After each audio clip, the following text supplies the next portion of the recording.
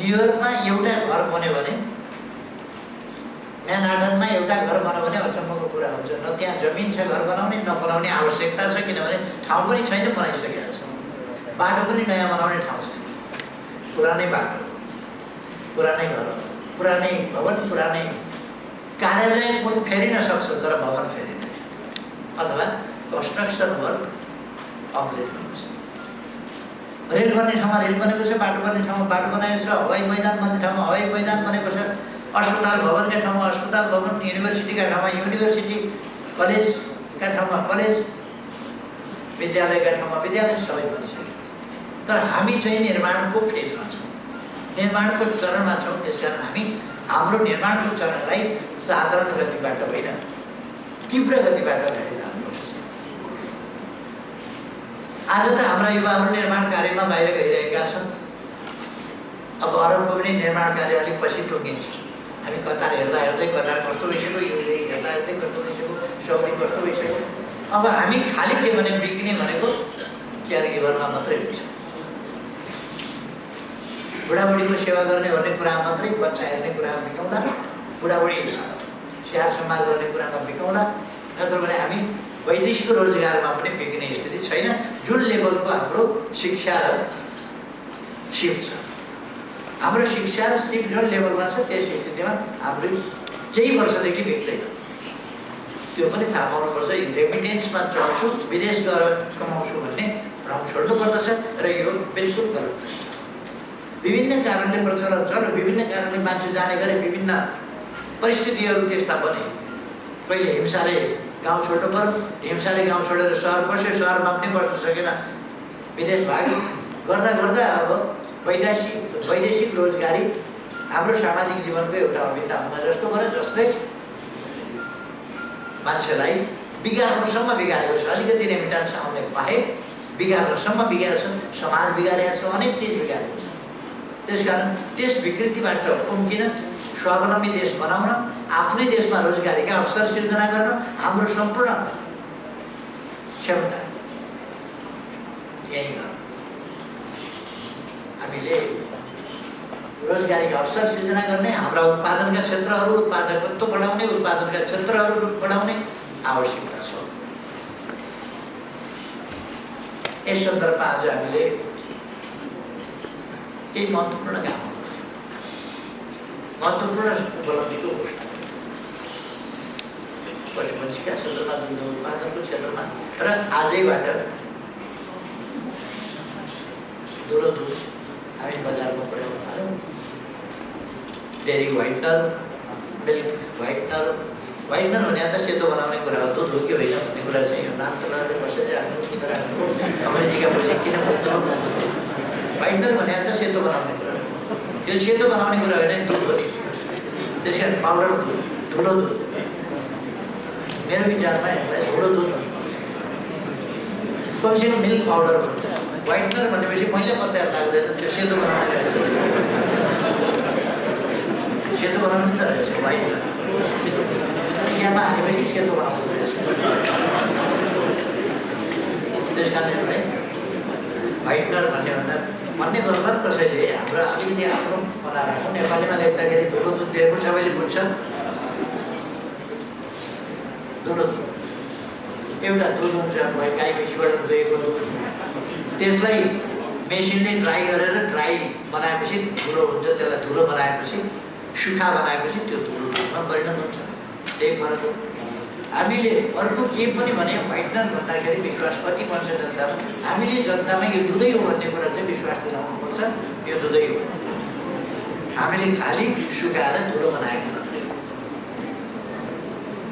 यसलाई प्रविधि प्रयोग गरेर यसलाई धुलोमा परिणत गरेर हामीले झोल दुधलाई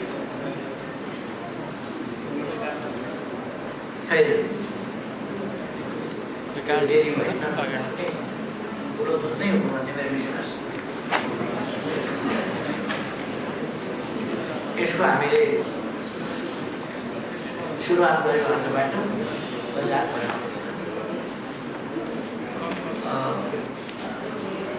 मैले अस्ति पनि अलिकति भनेको थिएँ, यो बजार पठाउन सँगै हामीले यसको यो राख्ने कसरी, प्रयोग गर्ने कसरी भन्ने कुरा पनि अलिकति बताउनु जरुरी हुन्छ किसानहरूलाई। उपभोक्ता पोसिलो ठाउँमा राखिदियो भने भरे डेरीलाई दुध आरो पाउँछ। यो दुध त डल्ला परेको छ, यो दुध त गनाउँछ, यो दुध त कुहेको छ। यस्तो पोसिलो ठाउँमा लगेर राखिदियो भने अनि बिग्रिहाल्छ। अनि अलिकति पाल पारेर एकपल्ट चियामा हाल्यो अनि त्यसदेखि पछि 10 दिन चाहिँ पोसिलो ठाउँमा राखिदियो भने बिग्रिहाल्छ।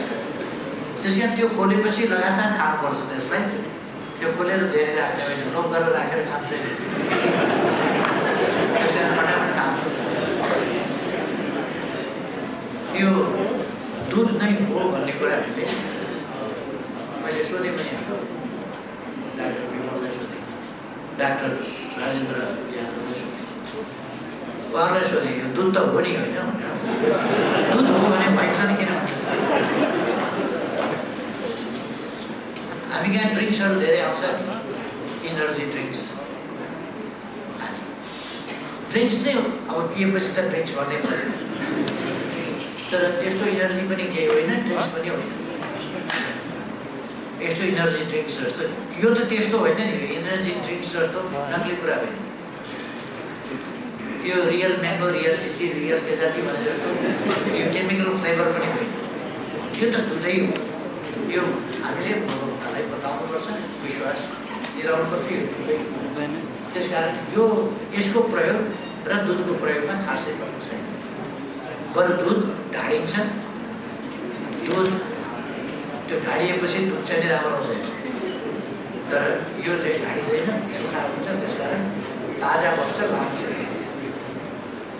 यो झोल दुधभन्दा प्रयोग गर्न सजिलो छ, किनभने यो अलिक लामो समय फाट्ला कि भन्ने पिर हुँदैन नि। दुध त फाट्छ नि, गर्मी लागेपछि फाट्छ। त्यस कारण यो ओभानो ठाउँमा राख्नुपर्छ। त्यो हामीले अलिकति सिकाएर ओभानो ठाउँमा राख्नुपर्छ, डल्ला पर्दैन, बिग्रिँदैन। खोलेर धेरै लामो समय नराख्नुहोस्। यसरी यति मात्रामा प्रयोग गर्नुहोस्। कहिले कहिले बच्चाले मन परेपछि खुरु खाइदिन्छ। कति मात्रै खाना हुन्छ, कति खाना हुँदैन, त्यो कुरा पनि बताइदिन्छ।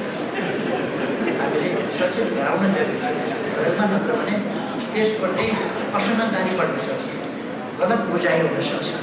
त्यो नहोस् भन्ने कुरालाई पनि हामीले ध्यान दिनुपर्छ। त्यसले फेरि जनताको स्वास्थ्यमा तलमाथि नपारोस्, त्यसमा पनि हामीले ध्यान दिनु जरुरी छ। हामीले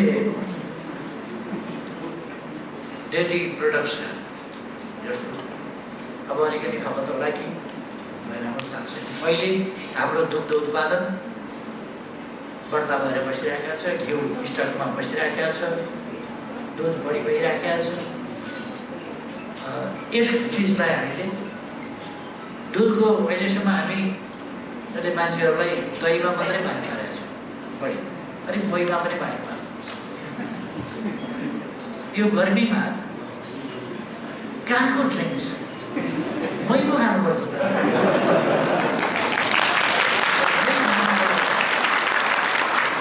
इनर्जी ड्रिङ्क्स भनेको छ, के भनेको छ, नक्कली पानी कहाँबाट बोकेर ल्याएको बासी पानी, त्यो खानुभन्दा त मही।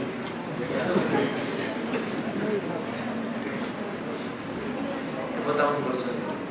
8 दिनपछि आजको भोलि, आज र भोलि खाना हुन्छ, पर्सिबाट अमिलो हुन सक्छ।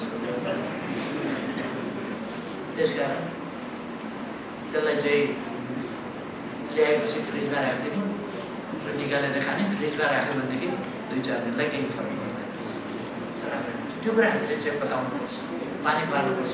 खाने मही हो, महीमा जुन तागत हुन्छ, जुन तत्त्वहरू महीमा हुन्छ, त्यो कहाँ हुन्छ? त्यस कारण त्यो हामीले पानी पार्ने त्यो धेरै हुँदैन।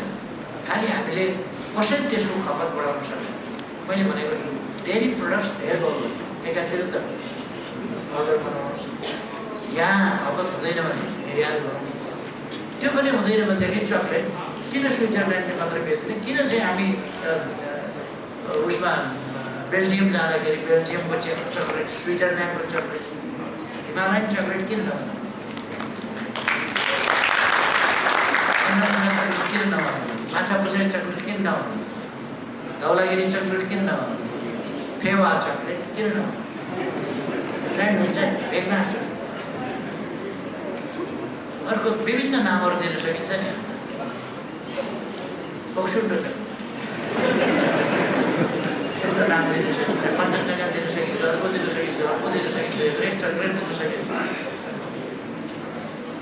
अनि त्यसमा हामीले बताउन सक्छौँ। एउटा पुस्तिका रहेछ हाम्रो डेयरी प्रोडक्ट्स। हाम्रा डेयरी प्रोडक्ट्सका विशेषता हाम्रो चौरीको दुधबाट बनेको चिजबिजहरू, त्यसबाट बनेको चिज, त्यसलाई हामीले भनौँ च्याङ्राको मासुलाई भनौँ यो जडीबुटी खाएको औषधीय गुण भएको मासु, दुध, दुग्ध उत्पादन हो। त्यसकारण यसको मूल्य अलिक महँगो पर्छ भनेर बेच्नु। यो महँगो छ किनभने यो औषधीय गुण भएको छ। 2-4 दिन खाइएर त्यसपछि तिमीलाई अलिकति इनर्जी आएन भने हामीलाई किन यसमा त औषधीय गुण छ। त्यो साँचो कुरा हो, हामीले झुट बोलेको छैन। औषधीय गुण छ त्यसमा। मुस्ताङको च्याङ्रा काठमाडौँ आइपुग्नु भ्याउँछ, बुखारले ज्यान पार्छ। दक्षिण बिहारमा काठमाडौँमा मुस्ताङको च्याङ्रा आउन पाउँछ, खरामीतिर आउँछ, मुस्ताङबाट आउँछ च्याङ्रा आउन पाउँदैन किनभने उतै बाटोबाटोमै दमौलीको पुल त तर्दै तर्दैन।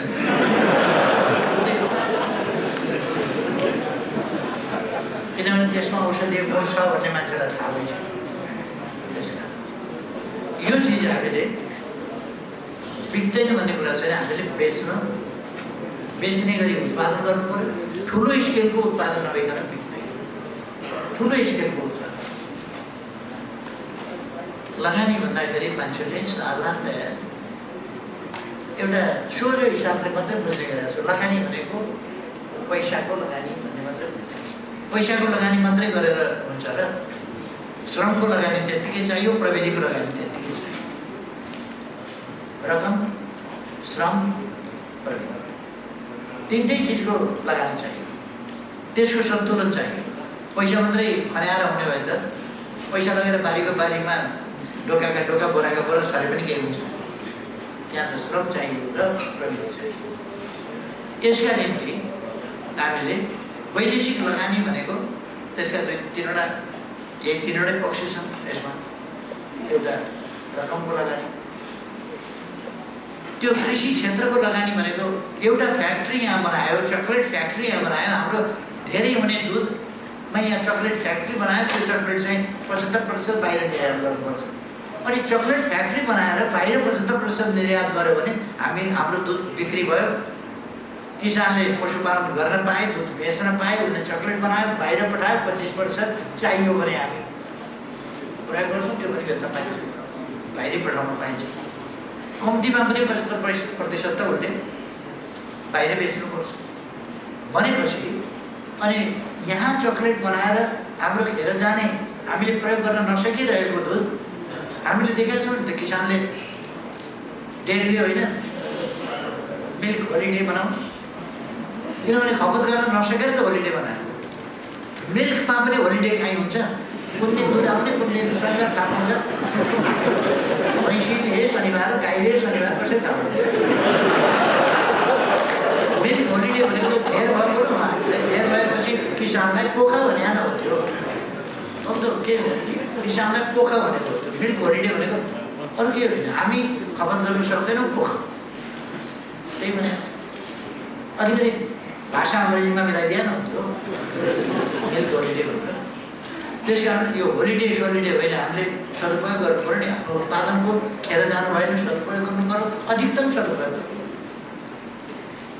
हाम्रो आवश्यकता त्यो।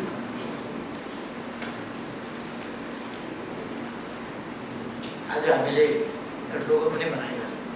अब यस लोगोले गर्दा हुन त अब नेपालमा हडतालको आवश्यकता छैन, तर पनि मान्छेलाई कहिले कहिले झोकझोडो आफूले भने जस्तो भएन भने श्रीमतीसँग झगडा गरेर आउँछ, बाहिर आएर सडक जानुपर्छ।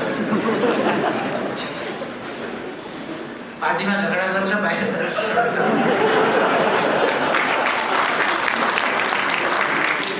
यस्तो देशमा चाहिँ कति बेला सडक जाम हुन्छ त भन्ने चाहिँ स्थिति भएन। अब यो लोगो भएपछि कमसेकम गाईले दुध बोकेर आयो है भन्ने लोगो त्यो देखिएपछि एकपल्ट लोगो देखाइदियो हुन्थ्यो। यो गाईले दुध बोकेको छ,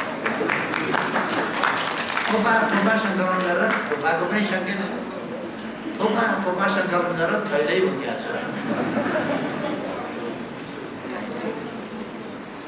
यो चिन्ह देखेपछि यो चिन्ह हामीले चिनाउनु पर्छ सबैलाई, यो के हो भन्ने कुरा जस्तो केस लेखेपछि अस्तित्व यो अत्यावश्यक सेवाभित्र पर्दछ। यो बिमारीलाई पाउने चिज हो, यो बालबालिकालाई पाउने चिज हो, यो ज्येष्ठ नागरिकहरूलाई, एकदमै वृद्ध अवस्थाका मान्छेहरूलाई, बुढाबुढीलाई, अरू खान नसक्नेलाई दुध खुवाउने चिज हो। त्यस्तो अवस्थामा पनि चाहिने र नभइरहने चिज भयो हुनाले यसको आवागमनमा कुनै प्रकारको रोकटोक हुँदैन भन्ने लागि हामीले अब लोगो पनि सुरु गरेका छौँ। यसको आइडियाका लागि र यसको रचनाका लागि म फेरि पनि धन्यवाद भन्न चाहन्छु। यो धेरै राम्रो काम गर्नुपर्छ। गभर्मेन्ट र सरकार र निजी क्षेत्रको सहकार्यको एउटा नमुना हो यो क्षेत्र। पशु पंक्षी मत्स्य पालन, दुध उत्पादन। यो दुग्ध उत्पादन वास्तवमा सरकारी कुनै फार्म छैन, फार्म छन् त प्राइभेट छ। अहिलेसम्म किसानहरूले या त एउटा भैँसी दुईवटा भैँसी गरेर जोडेर तिनीहरूको दुध सङ्कलन गरेर किसान केन्द्रमा पुर्यायो, त्यहाँबाट डेरीलाई पठायो आदिको सिलसिला छ। अघि हामीले देखेका थियौँ नि, साइकलमा बच्चा पछाडि राखेर एउटा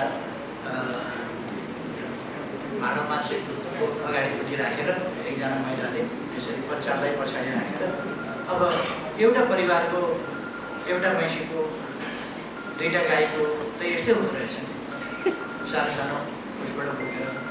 तर यो सबैको फाइदा के छ भने एउटा उनीहरूले आफ्नो लेभलको आफ्नो क्षमताको रोजगारी पनि पाएका छन् र त्यसको उत्पादनको प्रत्यक्ष नगद फेरि उनका खालतिर सोझै कृषि उपजको सोझै त्यो प्रतिफल चाहिँ तत्काल किसानले प्राप्त गर्छ। त्यसकारण यसले किसानहरूको दैनिक जीवनमा असर पार्छ, उनीहरूलाई क्रियाशील राख्छ, उनीहरूलाई रोजगारी दिन्छ। यो यति हो कि कहिले कहिले रोजगारी त्यो अर्धरोजगारी हुन्छ, कहिले कहिले आंशिक रोजगारी मात्रै हुन्छ यदि उसको क्षमताभन्दा कम मात्रै उसले लगानी गर्न सक्यो। र दुईवटा बाख्रा पाल्यो भने त जीविका पनि चल्दैन, चारवटा बाख्रा पालेर जीविका कसरी चलाउनु? यदि 50वटा बाख्रा पाल्यो भने उसको जीविका चल्न सक्छ, 100वटा बाख्रा पाल्यो भने नाफामा जान सक्छ। त्यस कारण त्यो त कति स्केल छ भन्ने कुरा। 100वटा बाख्रा पाल्यो भने उसले रोजगारी पायो, उसको आम्दानी भयो भन्ने कुरा बुझिन्छ। अब थोरै 20वटा बाख्रा पाल्यो भने 10वटा बाख्रा पाल्यो भने रोजगारी नै भएन जस्तो, त्यो मान्छे अल्प ल्याउने अल्झिने काम मात्रै हुन्छ। 20वटा पाल्यो भने अल्प रोजगार हुन्छ, 30वटा 35वटा बाख्रा पाल्यो भने अलिकति आंशिक रोजगारी होला अथवा अर्धरोजगारी होला। अलिक 50वटा माथि पाल्नु भयो भने अलिकति रोजगारीको स्थितिमा र आम्दानी उसको सरप्लसमा उसको बचतमा जान्छ आम्दानी। त्यसो भन्नाले हामीले आम्दानीलाई बचतमा जाने, किसानको आम्दानीलाई बचतमा जाने, किसानलाई प्रेरित गर्दाखेरि, बताउँदाखेरि, सहयोग गर्दाखेरि उसको काम उसको परिश्रमबाट आम्दानी भएको आम्दानी या प्रतिफल बचतको स्तरमा पुग्ने गरी कमसेकम उसलाई हामीले गर्ने मद्दत त्यसमा जानु र बचतको स्थितिमा पुग्ने। त्यसै गरेर हाम्रा फ्याक्ट्रीहरू, हाम्रा पोल्ट्रीहरू, हाम्रा फार्महरू तिनीहरू पनि बचतको स्थितिमा जानु पर्यो, ब्रेक इभनभन्दा बचतको स्थितिमा जानु पर्यो, तब मात्रै तिनीहरू सस्टेन हुन सक्छ। यदि बचतको स्थितिमा गएन भने त घाटा बेहोरेर त कति दिन घाटा बेहोर्न सक्छ उसले। 2 दिन 4 दिन 15 दिन महिना दिन त्यसभन्दा पछि त घाटा बेहोर्न त सक्दैन घाटा बेहोर्न सक्दैन कसैले धान्न नसक्ने कुरा भइदिन्छ उसले धान्न सक्ने खालको चाहिँ व्यवहारबाट कारोबारबाट सुरु गर्नुपर्छ र त्यसलाई बढाउँदै लिएर जाने बचत गराउँदै लिएर जाने र बढाउँदै लिएर जाने नीति हामीले अख्तियार गर्नुपर्छ र बचतमा पुर्याउने बिमा वैज्ञानिक ढङ्गले बिमा गर्ने र कृषि बिमाको प्रिमियमलाई कम गर्ने म ब्याङ्कहरूलाई पनि आग्रह गर्न चाहन्छु कृषि बिमाको प्रिमियमलाई कम गर्नु किनभने अब किन महँगो गर्छ प्रिमियम किन बढी गर्छ बिस्तारै सरकारले प्रिमियममा दिने सब्सिडी हटाउँदै लान्छ प्रिमियममा सब्सिडी दिइरहनु पर्ने विषय होइन किन मुनाफा ब्याङ्कले कमाउँछ उसले कमाउँछ नि बिमा कम्पनीले कमाउँछ भने फाइदा उसले कमाइरहने अनि सब्सिडी किसानका नाउँमा सरकारले हालिदिनुपर्ने फाइदा उसले कमाइरहने किन गर्नु त्यस कारण बिमाको प्रिमियम किसानले तिर्न सक्ने गरी घटाउनुपर्छ र अर्को कुरा के छ भने व्यापक बिमालाई विस्तार गरेपछि घाटा पर्दैन सानो स्केलमा बिमा गर्नु भने घाटा पर्न सक्छ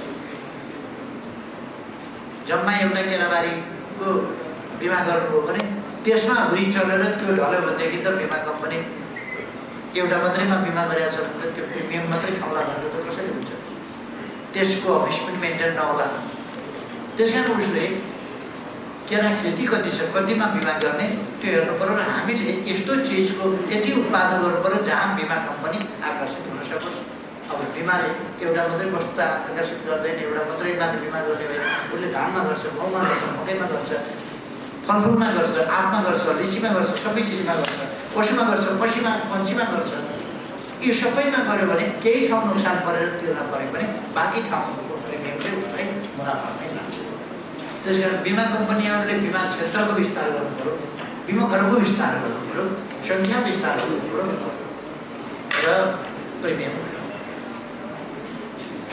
र किसानहरूलाई प्रिमियम दिनु पऱ्यो यदि खेती गर्नु अथवा कृषि क्षेत्र सुरक्षित र सम्मानित आकर्षक लाभदायी हुनु पऱ्यो सुरक्षित सम्मानित फलदायी लाभदायी आकर्षित आकर्षक क्षेत्र हुनु पऱ्यो त्यहाँ मान्छे आकर्षित हुन सक्छ सुरक्षित भएन भने आकर्षण कसरी हुन्छ सुरक्षण गर्ने चाहिँ कसरी हुन्छ सुरक्षित बनाउने कसरी हुन्छ बिमाले अब यस ढङ्गले हामीले यस क्षेत्रलाई अगाडि बढाउँछौँ पशुपन्छीका क्षेत्र होस् र मन्त्रीजीले ठिकै भन्नुभयो एउटा क्षेत्र पशुपन्छीको क्षेत्रमा मत्स्य पालनको क्षेत्रमा दुग्ध मासुको क्षेत्रमा अण्डाको क्षेत्रमा हामी आत्मनिर्भर भएका छौँ अब अरू क्षेत्रमा हामी जहाँ आत्मनिर्भर छैनौँ त्यतापट्टि हाम्रा प्रयासहरू केन्द्रित भएर अगाडि जानु पर्यो यो आत्मनिर्भर भइसकेको क्षेत्रलाई घट्न दिनु भएन जस्तो उत्पादक मित्रले भन्नुभयो मकैको खेती गर्दैन घरमासको खेती गर्दैनौँ हामी किन्न तयार छौँ हामी दाना उत्पादकहरूले किन्छौँ र उचित मूल्य दिन्छौँ त्यसो गर्दाखेरि सरकारले किसानहरूलाई प्रेरित गर्नु पऱ्यो कि तपाईँहरूको मकै बिक्री हुन्छ उचित मूल्यमा बिक्री हुन्छ परम मूल्यमा नोक्सान नपर्ने गरी बिक्री हुन्छ त्यसको जिम्मा समर्थन मूल्य तोकेर सरकारले लिन्छ सरकारले समर्थन मूल्य तोकेर लिन्छ यसबाट कहिले कहिले घाटा परे जस्तो देखिएला तर समग्रतामा भन्यो भने घाटा होइन सरकारलाई पनि फाइदा हुन्छ जनता रोजगारीमा व्यस्त हुन्छ जनता उत्पादनमा व्यस्त हुन्छ जनता बेरोजगार हुँदैन रोजगार हुन्छ र उसको आम्दानी बढ्छ उसको आर्थिक क्षमता वृद्धि हुन्छ त्यस कारण हामीले यो आर्थिक क्षमता वृद्धि हुने गरी अगाडि जानुपर्छ र अगाडि बढ्ने हिसाबले काम गर्नुपर्छ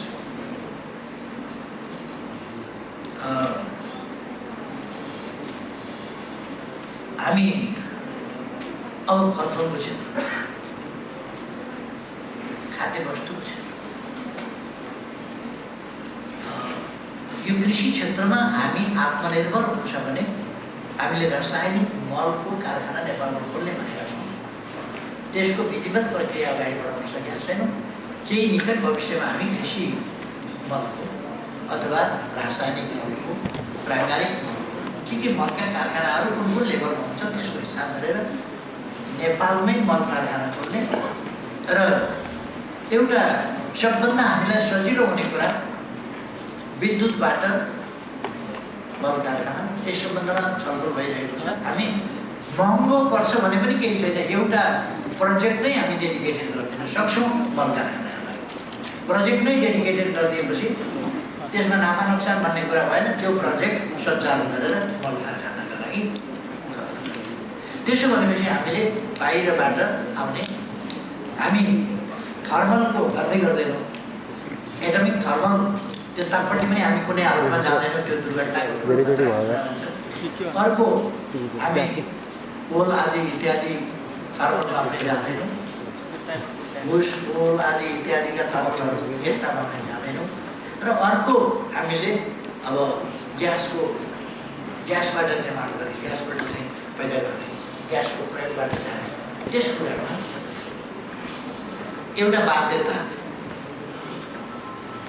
बाध्यताको स्थिति त्यसमा देखिन्छ। मल कारखाना सबभन्दा सजिलोसँग हुने त्यसैमा हो। र अस्ट्रेलिया, जर्मनी जस्ता देशहरूले पनि इलेक्ट्रिसिटीबाट चाहिँ त्यति फाइदा नहुने अथवा बहुतै गाह्रो पर्ने, महँगो पर्ने देखेर उनीहरूले नै गर्न सकिरहेका छैनन् भन्ने कुराहरू छ। त्यो हामी नयाँ प्रविधिबाट केही हुन सक्छ कि त्यसलाई हाइड्रोजन उत्पादन गरेर पानी, अक्सिजन र हाइड्रोजन छुट्याएर हाइड्रोजनको प्रयोगबाट गर्न सक्छौँ कि यदि हामीले डेडिकेटेड लाइन दिँदा। किन हामीसँग यत्रो विद्युत छ, एकपल्ट खर्च हुन्छ, त्यसपछि सधैँका लागि हामीसँग आत्मनिर्भरताको बाटोमा हामी जान्छौँ। विद्युतको सेक्टरमा, अरू सेक्टरमा र कृषि मलको सेक्टरमा जान्छौँ। अरू मल उत्पादनतर्फ कृषि मन्त्रालयले मल उत्पादनतर्फ पनि किसानहरूलाई तालिम दिन जरुरी छ। मल उत्पादनतर्फ पनि कसरी मल उत्पादन गर्न सकिन्छ, प्राङ्गारिक मल कसरी बनाउन सकिन्छ, पशुपन्छीको मलबाट प्राप्त हुने, त्यस कारण यसलाई हामीले ध्यान दिएर सङ्गठित ढङ्गले लाने काम गर्ने। यसबाट अर्को काम पनि हामी गर्न सक्छौँ। यस सन्दर्भमा विद्युत उत्पादन पनि गर्ने र मल उत्पादन पनि गर्ने। त्यसबाट आफ्नो विद्युत आफैले आफ्नो फार्ममा, आफ्नो पोल्ट्रीमा, तिनीहरूमा आफैले विद्युत पनि उत्पादन गर्न सक्ने र त्यसबाट मल उत्पादन गरेर बिक्री पनि गर्न सकिने, त्यस्ता खालका कामहरू गर्न सक्छौँ। यो मल्टिपर्पज खालका आयोजनाहरू पनि हामी चलाउन सक्छौँ, पशुपालन आदि इत्यादि गरेर। त्यसको एउटा सरकार पनि बनाउन सक्छौँ। यसको प्रयोग त्यसमा, त्यसको प्रयोग त्यसमा, त्यसको प्रयोग त्यसमा गरेर एउटा चाहिँ चेन पनि, त्यसको चेन अफ युज त्यो पनि हामी गर्न सक्छौँ। त्यस कारण चेन अफ युजमा पनि ध्यान दिएर अगाडि बढौँ भन्ने मलाई चाहिँ लाग्छ। मैले धेरै समय नलियो, यहाँहरूलाई साथीहरूलाई थाहै छ, हामी नयाँ कुराहरू, नयाँ चिजहरू गरिरहेका छौँ। हाम्रो युवा पक्ति वैज्ञानिक खोज अध्ययन अनुसन्धानमा लागिरहेका छ। युवाहरूमा एउटा खोज अध्ययन अनुसन्धानको काम हो। अस्ति 4-5 दिन अगाडि रकेटको एउटा परीक्षण गरी 1.5 किलोमिटर जति त्यो रकेट गयो, तर त्यसपछि अर्को चाहिँ विस्फोट हुन सकेन। एकदमै सफल भयो भनेर मानिएन, तर पनि 1.5 किलोमिटर माथिसम्म परसम्म त गएको थियो। अथवा एउटा प्रयोग हाम्रा युवाहरूले गरे। हिजो मात्रै मैले नेकपा एमालेको हुनेवाला कार्यालयमा रोबोट सहित भने त्यो रोबोट आदि इत्यादि युवाहरूले गरेको खोज अध्ययन अनुसन्धानको प्रदर्शनी मात्रै हुन्थ्यो। त्यो उनीहरूले खाली भएको हुनाले भेन्यू खोजेका मात्रै हुन्, त्यहाँ रोबोट राखिएको अहिले होइन। किनभने अहिले हामीलाई रोबोट राखिहाल्दा त्यसको आवश्यकता पनि छैन। रोबोट हामीले राख्ने भनेको जस्तो रेस्टुरेन्टहरूमा, होटलहरूमा रोबोट राख्ने त्यो सुरु पनि भइसकेको छ र रोबोटले सर्भ गर्छ, मान्छेले सर्भ गर्ने ठाउँमा। यो जब खोज्यो भन्ने एउटा कुरा छ। अर्को कुरा के भने यो वैज्ञानिक प्रगतिको कुरा हो। मान्छे कहिले पनि गरेको छैन। रोबोटले चिया बाँड्ने खोज्छ, रोबोट उत्पादन गर्न त खोजिएको छैन। रोबोट उत्पादन गर्नु पर्यो नि, रोबोटलाई बनाउने नि के, रोबोटलाई जोताउने नि बारी। अनि मेरो चाहिँ हलो खोजिदियो त्यसले किन भन्नु, त्यो बनाउने त्यसले गर्छ। त्यस कारण यो जब खोसिन्छ भन्ने चिन्ता गर्नु पर्दैन क्या। त्यस कारण उसको खानेकुरा र हाम्रो खानेकुरा फरक पर्छ। हाम्रो खाना पनि पर्दैन, त्यसले त ब्याट्री खाने हो, बिजुली खाने हो। हाम्रो खाना पनि पर्दैन, हाम्रो नाना पनि पर्दैन, खालि हामीले त्यसलाई प्रयोग गर्छौँ। त्यस कारण यो विज्ञानको प्रविधिबाट औद्योगिकरण हुँदाखेरि रोजगारी खोसियो, किसानहरू जमिनबाट विस्थापित भए भन्ने कुरा। जमिनमा हुँदा चाहिँ उनीहरूको हालत के थियो? अर्को भूमिपति थियो, उनीहरू चाहिँ काम गर्ने मेसिन मात्रै थिए, उत्पादन गर्ने मेसिन मात्रै थिए। त्यसबाट दखल हुनु नदखल हुनुमा उनीहरूको जीवनमा के, उनीहरूलाई के दिन्थ्यो? उनीहरू दासको रूपमा काम गराइन्थ्यो। त्यहाँ के पाउँथ्यो उनीहरूले भने काम गर्नका लागि मान्छे चाहिन्थ्यो, त्यो मान्छे बचाउनका लागि उसले खाना त्यति थियो बाँकी। तपाईँले गोरु पालेको छ, गोरुले तपाईँको जोत दिन्छ, त्यस कारण तपाईँले खाना दिनुहुन्छ। गोरु दुब्लाउला भनेर डराउनुहुन्छ, किनभने जोत्न पऱ्यो, जोत्न लाउनु पऱ्यो नि, त्यस कारण गोरु नदुब्लाओस्। साह्रै माया गरे जस्तो लाग्दैन गोरुले। माया किन गर्नुहुन्छ भने नत्र जोत्नलाई तपाईँले गोरु बलियो बनाउनु पऱ्यो, गोरु त्यस्तो दुरुस्त बनाउनु पऱ्यो। मान्छेलाई त्यसै गरी व्यवहार गरिएको थियो, मानव चाहिँ ढङ्गले भयो। त्यस कारण एउटाबाट अर्कोमा सिफ्ट हुन्छ। हामी कृषि क्षेत्रमा जुन लगभग 2/3 65% पपुलेसन चाहिँ त्यसमा इन्गेज छ अथवा त्यसमाथि निर्भर छ, त्यो पपुलेसनलाई अन्त सिफ्ट गराउन चाहन्छ। कृषिमा त्यत्रो पपुलेसन, यो कृषिबाट पपुलेसन अन्त सिफ्ट गराइयो भनेर गराउनु पर्ने आवश्यकता छैन। उत्पादन धेरै वृद्धि गर्छौँ हामी, उत्पादन डबल गर्दा मान्छे 65%बाट लगभग 25% 30%मा राखेर अरूतिर विस्थापित गर्छौँ। किन त्यसलाई आधुनिकीकरण गर्छौँ, मसिनीकरण गर्छौँ। आधुनिकीकरण गरेपछि, मसिनीकरण गरेपछि मान्छे त्यति नै अल्मरिनु पर्ने छैन। अर्को अल्प रोजगारी कृषिमा आंशिक रोजगारी, अल्प रोजगारी, त्यस्तो स्थितिबाट पूर्ण रोजगारी, उपलब्धिपूर्ण रोजगारी, आधुनिक प्रविधि प्रयोग सहितको रोजगारी र प्रतिफल दिने खालको, बचत गर्ने खालको रोजगारी त्यहाँ छ। रोजगारी त्यहाँ दिएको छ भनेर दुईवटा बाख्रा पालेको छ भने त्यत्रो एउटा पारी छ। 2 महिना तेल हुन्छ, तेल लगायो भने 2 महिना तेलले के गर्छ? एउटा फिरिने भन्ने हुन्छ, पाटाभरि बारीको पाटोभरि लगायो भनेदेखि 2 महिना आउँदैन। अनि त्यो फिरिङ्गे लगाएर के गर्नु? रोजगारी पायो, 2 महिना फिरिङ्गे मार्यो। अनि जमिनसँगको नाता भनेर के गर्नु? जमिनसँगको नाता तोडेर पनि तपाईँले अर्को ठाउँमा उसलाई राम्रो खालको काम दिन सक्नुहुन्छ। त्यसकारण हामीलाई उसको काम बचत, उसको कामबाट आएको आम्दानी बचतको स्थितिमा सेभिङ्स हामीलाई चाहिएको। त्यसकारण यो पेसासँगै सम्बन्धित हुनुपर्छ भने त्यो कुरा होइन। त्यो पेसासँग भए पनि ठिक छ, त्यो पेसा छोडेर अर्को पेसामा जानु पऱ्यो भने ठिक छ। त्यस पेसा, हरेक पेसालाई हामी स्किल्ड दक्ष, त्यो पेसामा दक्ष, जुन पेसामा छ त्यो पेसामा दक्ष हो। मलाई चाहिँ क्यामेरामा राखिदिनु भयो भने भित्रबाट होला, त्यो तालिम प्राप्त मान्छे हुनुपर्छ, जानेको चलाउन, ह्यान्डल गर्न जान्ने मान्छे हुनुपर्छ। कसरी राम्रो फोटो आउँछ, एङ्गल कसरी मिलाउने हो, डिस्टेन्स कसरी मिलाउने हो, फोकस कसरी गर्ने हो, जुम कसरी सेट गर्ने हो, त्यो त जान्नु पऱ्यो तब न हुन्छ। अब मलाई लगेर त्यहाँ राखिदिनु भयो भने त्यस कारण हरेक ठाउँमा हामीले स्किल्ड र प्रविधिको प्रयोग, अधिकतम प्रविधिको प्रयोग, अधिकतम दक्ष जनशक्ति, अधिकतम उत्पादन र राम्रो बचतमा पुगेको प्रयोग, यो हाम्रो पेसा। फलफुलको सम्बन्धमा र खाद्यान्नको सम्बन्धमा खाद्यान्न मात्र होइन खाद्य वस्तु खानेकुरा यस सम्बन्धमा हामी वास्तवमा आत्मनिर्भर छौँ। हामी आत्मनिर्भर छौँ तर पानी बानी आदिको कारणले हामी भात धेरै खानुपर्ने, सब्जी कम खानुपर्ने। सब्जी खाउँ मजाले भने कसैले त किन्न सक्ला, कसैले किन्न सक्दैन, उत्पादन प्रशस्त छैन बजारमा। हामीले खाने आदत एकैचोटि भातबाट सब्जी धेरै खाने भइदियौँ भने सब्जीको सप्लाई नै पुग्दैन। अनि सब्जीको सजिलो छ, सब्जी सिम्पली दलहन आदि इत्यादि बाहेक ताजा हुन्छ। सागहरू ताजा सबै चिजहरू बढी ताजा हुन्छ। चिजहरू त्यो ताजा चिज खानु पाइन्छ। यतापट्टि हामी जान जरुरी छ। बोक्रा उक्काएपछि कुनै पनि चिज डेड हुन्छ। धानको बोक्रा उक्काउनु भएन भने त्यो सुकेको हुन्छ तर जीवित हुन्छ, किनभने त्यसलाई रोप्नुभयो भने त्यो त्यसबाट जीवन पलाइहाल्छ, बिरुवा पलाइहाल्छ। तर बोक्रा उक्काइदिएपछि त्यो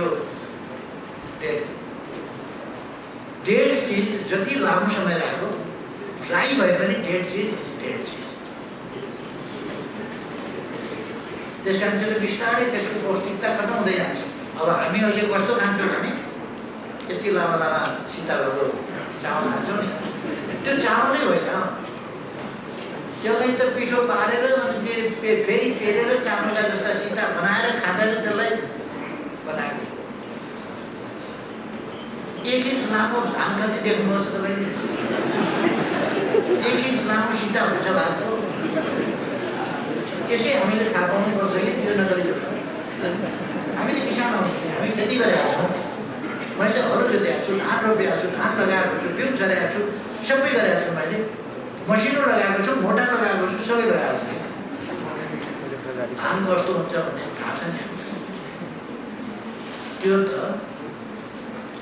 हाम्रो शास्त्रहरूले के भन्छ भने पहिलो वर्ष गर्न बिउमा प्राथमिकता, बिउका लागि राम्रो हुन्छ किन त्यो फ्रेस हुन्छ। दोस्रो वर्ष गर्न खानामा प्रयोग गरिसक्यो दोस्रो वर्ष। तेस्रो वर्षको खाना भनेको त्यो अन्न भनेको चाहिँ होम होमादिलाई काम लाग्छ। खाना भनेको होम होमादिलाई काम लाग्ने भइसक्छ। होम होमादिबाट पनि पल्लो छेउ त्योबाट पनि डिल कटिसकेपछि अनि लामो चामल गरेर हाम्रो आउँछ। होम होमादिलाई काम नलाग्ने भइसकेपछि पिठो पिठो किराले खाएको सबै पिसेर अनि लामा सिधा विभिन्न नाममा आकर्षक नाम हुन्छ। लाल किल्ला, इन्डिया यो कुनै सबैले चामल। त्यस कारण मैले त्यो चामलहरूको फेरि व्यापारीहरूले भन हाम्रो चामल माथि होइन, मैले जनस्वास्थ्यको कुरा गरेँ। मैले जनस्वास्थ्यको कुरा गरेको, जनताको स्वास्थ्यका निम्ति त्यो चिज राम्रो छैन, त्यसमा पौष्टिकता हुँदैन। यसबाट सुगर बढ्दैन भन्छ, के चाहिँ बढ्छ, के छ र बढ्नु?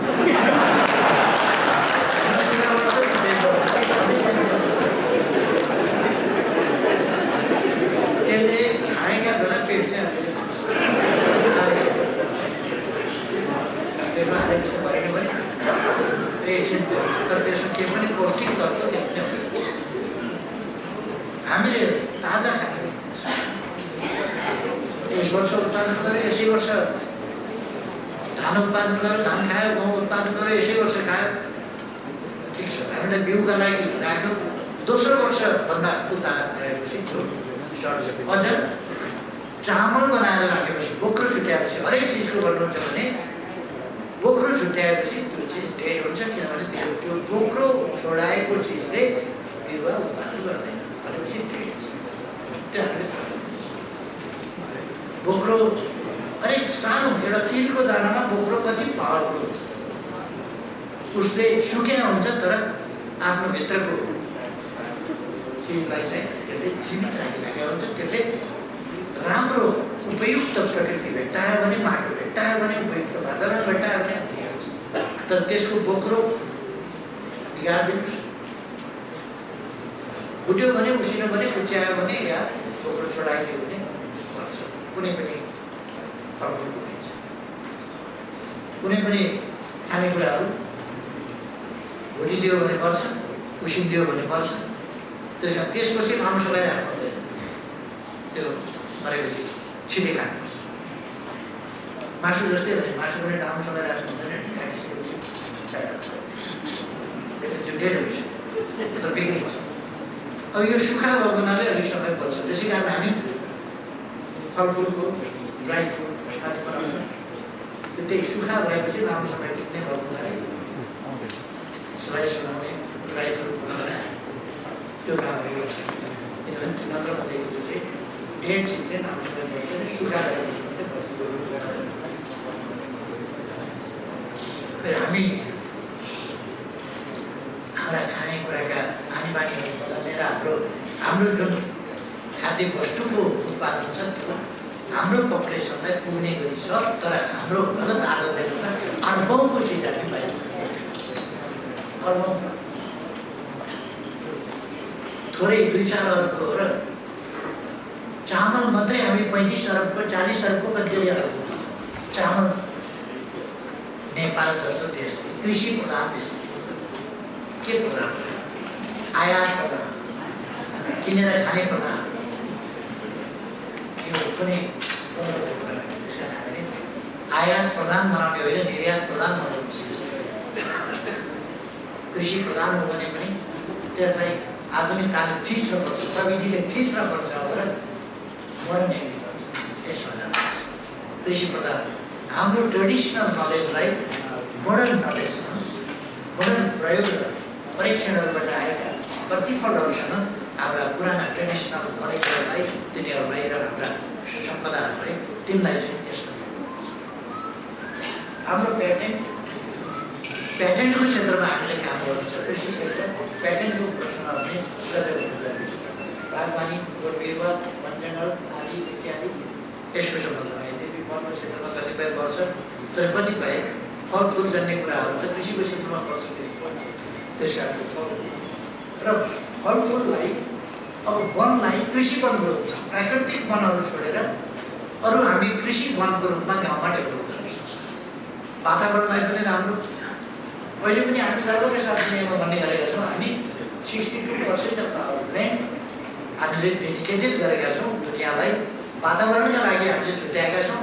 62% जमिन, 45% वन क्षेत्र, 17%